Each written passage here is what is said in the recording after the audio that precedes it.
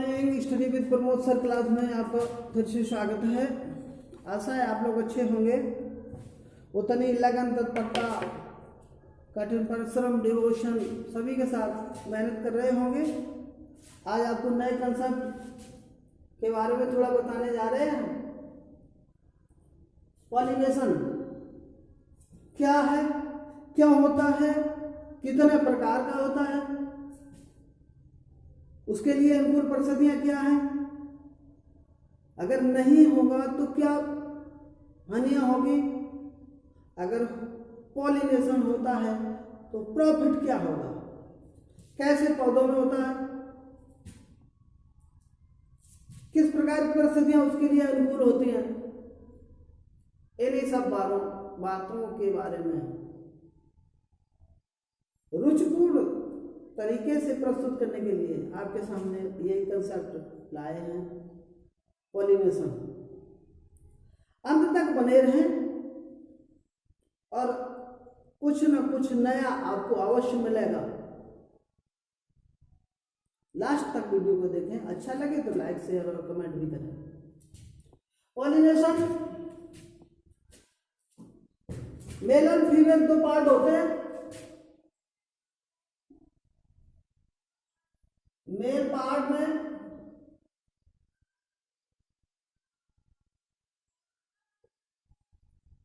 Pollen grand, pollen tube,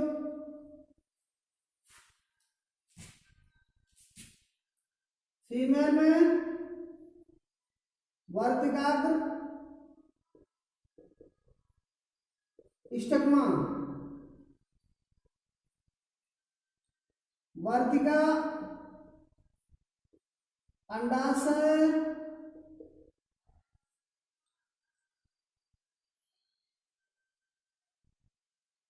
इतना तो हो ही गया। अब मैन क्या है, पॉलिनेशन नाम क्यों पड़ा है? पोलिन ग्रेन ये ट्रांसफर होकर के स्टिग्मा पर आकर के पॉलन होता है, गिरते हैं।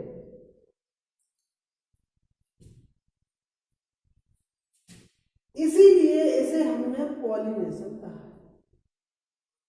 पोलन ग्रेन जो ट्रांसफर होता है, जाता है फीमेल पार्ट वर्तिका पर, ऊपर गिर जाता है, उसी क्रिया को हम पॉलिनेशन कहते हैं।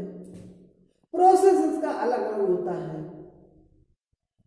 कभी एबायोटिक होता है, कभी बायोटिक होता है।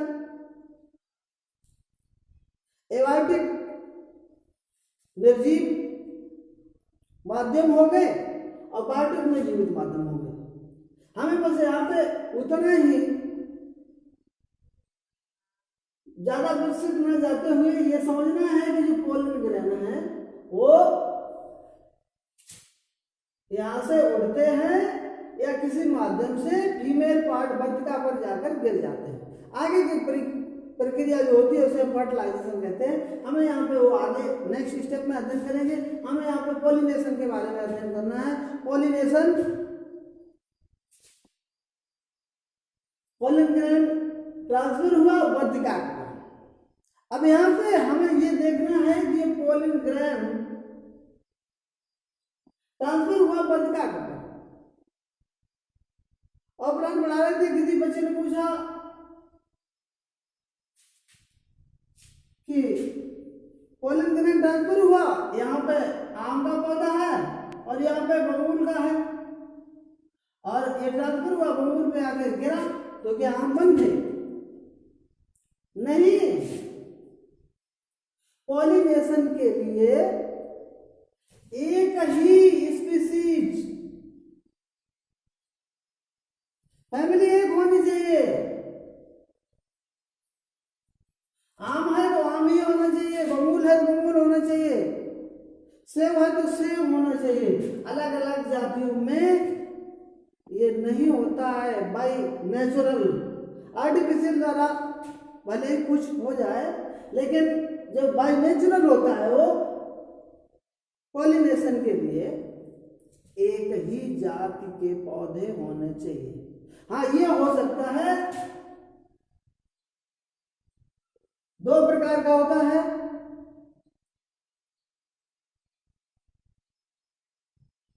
सेल्फ पॉलिनेशन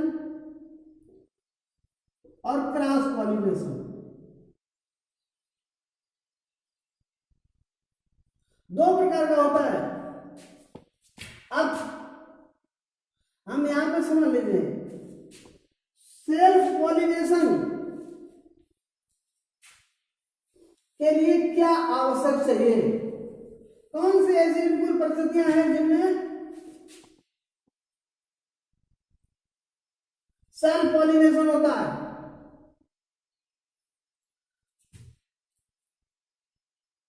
ये पौधे, पहला पॉइंट सेल्फ पॉलिनेशन का, पुष्प कैसे होते हैं, छोटे,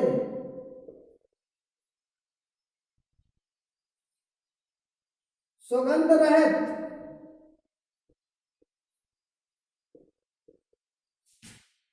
मकरंद रहित,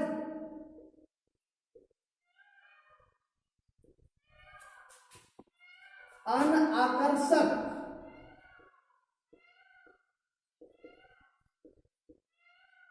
ये परिस्थितियां होती है। इसमें क्या होता है, फिर सेल्फ पॉलिनेशन ही होता है। जैसे यहाँ पे मक्का का पौधा है और इसी में से ये हो गया आपका,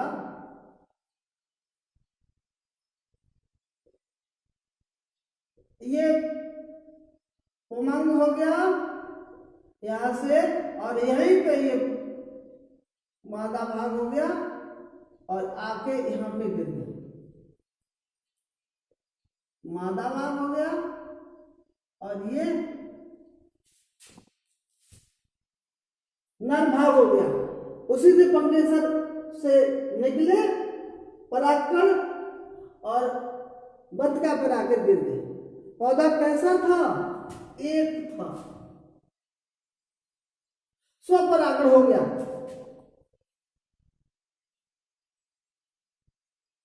दूसरा ये हो सकता है, जैसे ये पौधा है,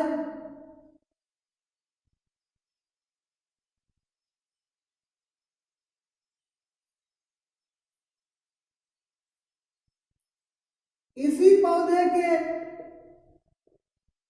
परागकण और इसी पौधे के बतका पर गिरे,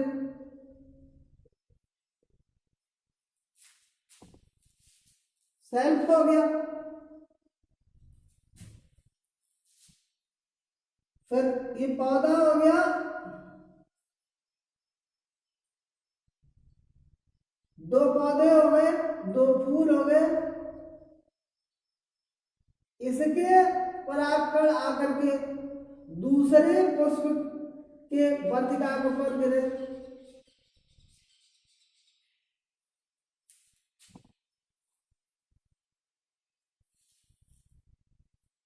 सेल्फ पॉलिनेशन हो गया। जैसा देखा नहीं, कभी कभी हम देखते हैं कि मक्का का पौधा है और एक पौधा है, उसमें बड़ा भी हो गया और उसमें परागण भी है और स्त्री केसर बाग भी है, लेकिन उसमें दाने नहीं बनते हैं, पॉलिनेशन नहीं होता और फर्टिलाइजेशन भी नहीं होता है, इसलिए उसमें बीज नहीं बनते हैं। क्यों? वो पौधा स्वपरागित वाला नहीं होता।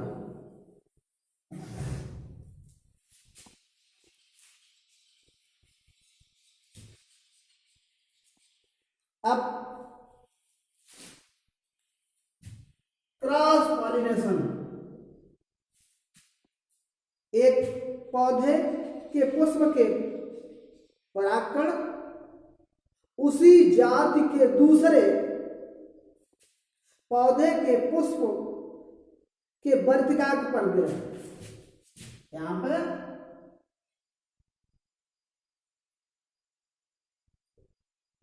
इसके ये पौधा है,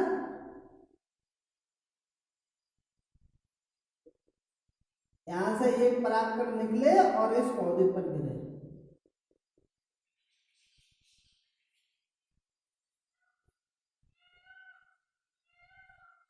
क्रॉस पॉलिनेशन हो गया। अब इसका माध्यम अलग अलग हो सकता है, वायु के द्वारा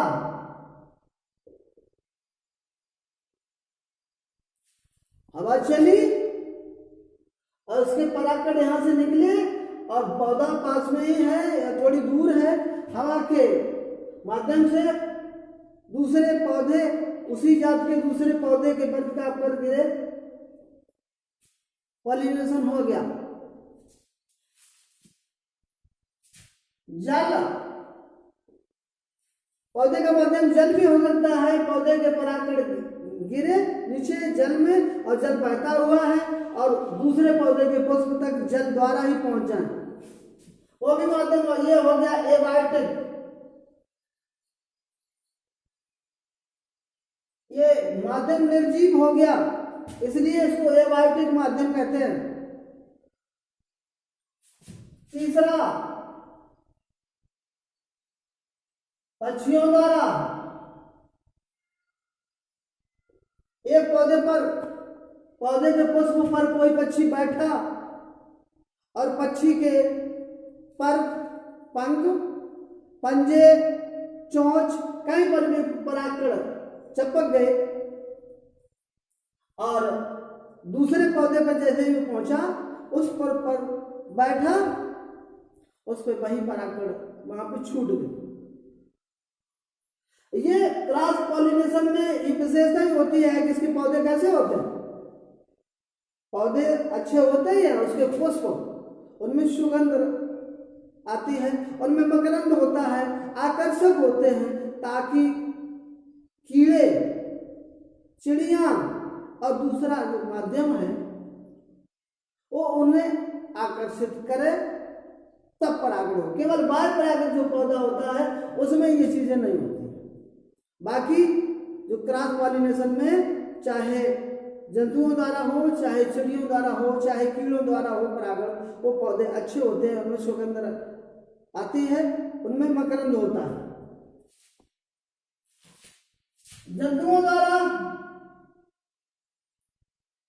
देखा है, पौधे के पास से निकल गए जंतु, हवा आई या किसी माध्यम से उसके परागकण पक गए, उनके सर से नीचे गिरे जंतु के शरीर पर, वही फिर जंतु दूसरे पौधे के पास पहुंचा और पुष्प में टकराया, उसके परागकण वहां से छूटे और वर्तिका के ऊपर पहुंच गए। तो ये माध्यम वायु हो सकता है, जल हो सकता है, इसलिए इसको एबायोटिक कहते हैं। पक्षियों द्वारा, जंतुओं द्वारा बायोटिक हो गया। और जो दो प्रकार का होता है आपका, सेल्फ पॉलिनेशन और क्रॉस पॉलिनेशन। सेल्फ पॉलिनेशन में पौधे छोटे होते हैं, मकरंद रहित होते हैं, स्वाद रहित होते हैं। इनमें हानियां क्या है, बहुत अधिक परागकण बर्बाद होते हैं। हवा चलती है, ये आवश्यक थोड़ा ही है कि जिधर उधर पौधा है दूसरा वाला या पुष्प है उधर ही हवा चले, हो सकता है कि विपरीत दिशा में हवा चले और उसके परागकण ज्यादातर सब बर्बादी हो जाए, दूसरे पुष्प पर पड़े ही ना, तो हानियां भी बहुत ज्यादा होती है। और वहां पे ये आवश्यकता इसलिए और फायदा ये है कि जैसे पौधे में सुगंध नहीं है, मकरंद नहीं है, तो भी कीड़े नहीं बैठेंगे, चिड़िया उसमें बैठेंगी नहीं, तो परागण होगा कैसे। तो लाभ ये है कि किसी की आवश्यकता नहीं होती है, वायु या जल के माध्यम से, किसी माध्यम से अपने आप स्व परागण को हो जाते हैं, इन्हें जरूरत नहीं पड़ती है। क्रॉस पॉलिनेशन में तो कीड़ा, भंवरा, चिड़िया तभी उसके पास जाएंगी तो उन्हें स्वाद की अच्छा लगेगा, देखने में पुष्प अच्छे होंगे और शहद की जरूरत होगी, मकरंद की जरूरत होगी, तब वो वहां पे जाएंगे, तो उनका पॉलिनेशन तभी होता है। पॉलिनेशन हो गया, पॉलिनेशन के बाद में जैसे यहां पे एक चीज और समझ लीजिए,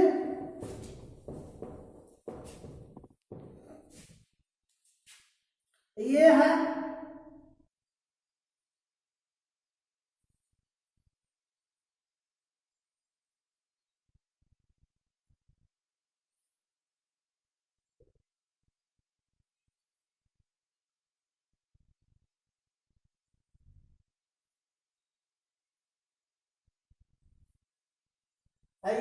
ये हो गया पुंकेसर, और यहाँ पे ये हो गया बद्रिकाग्र। ये इसलिए हम बताने जा रहे हैं, देखो ऐसा होता है, यहाँ पे देख रहे पुंकेसर छोटा है और बद्रिकाग्र बड़ा है। अब इसमें कितनी बड़ी दिक्कत होगी सेल्फ पॉलिनेशन में। अब ये हवा, या अब जैसे ही हवा आई तो उसके स्वपरागण जरूर हुआ है, लेकिन एक ही पुष्प भी है, लेकिन ये नीचे है, कितनी बार हवा चलेगी, ये खराबी होंगे तब जाके बद्रिकाग्र आएंगे। इसका माध्यम चिड़िया कीड़े ठीक हो सकता है, भंवरा भी हो सकता है, लेकिन यहाँ पे दिक्कत होती है नहीं। हम ये बताने जा रहे हैं, जैसे हमें नहीं मालूम होता है, हम भूल जाते हैं। जैसे आपका सरसों का पुष्प है, याद आ गया, बता दें ये क्रूसिफॉर्म, क्यों याद नहीं रहता, इसलिए अभी बताते हैं। इसलिए कहा जाता है कि इसके जो होते हैं बायदल दल, इनकी सबकी संख्या, जैसे यहाँ पे ये होगा, इसके बाद में जो हरे रंग के जो लगे होते हैं 1 2 3 और बाद के 4, इनकी संख्या भी 4 हो गई। इसके जो पेटल है इनकी संख्या भी 4 हो गई।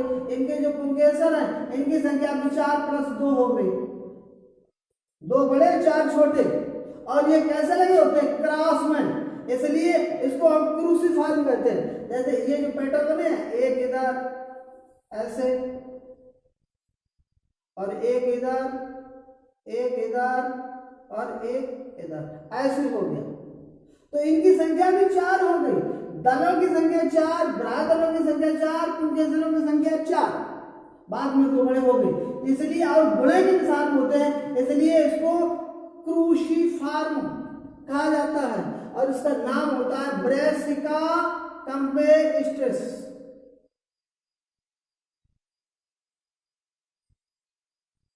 ठीक, इसका जो सरसों का पुष्प होता है, इसे क्रूसिफॉर्म का एक पॉइंट आ गया दिमाग में, वो हमने बता दिया।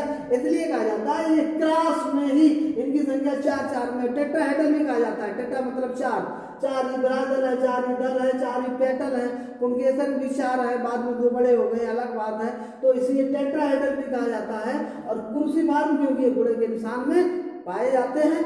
और आज के लिए बस परागण के बारे में बताना था, बीच में मेरे दिमाग में आ गया पॉइंट, वो हमने बता दिया। नेक्स्ट टाइम पे फर्टिलाइजर्स के बारे में हम आपको बताएंगे और रुचिपूर्ण तरीके से। और अगर आपको अच्छा लगे तो इसे शेयर करिए, लाइक करिए और कमेंट करके बताइए सर इस टॉपिक में हमें कोई चीज़ समझ में नहीं आती है, आप हमें बता दीजिए। उसी का हम छोटा सा वीडियो बना के आपके लिए अतिशीघ्र कोशिश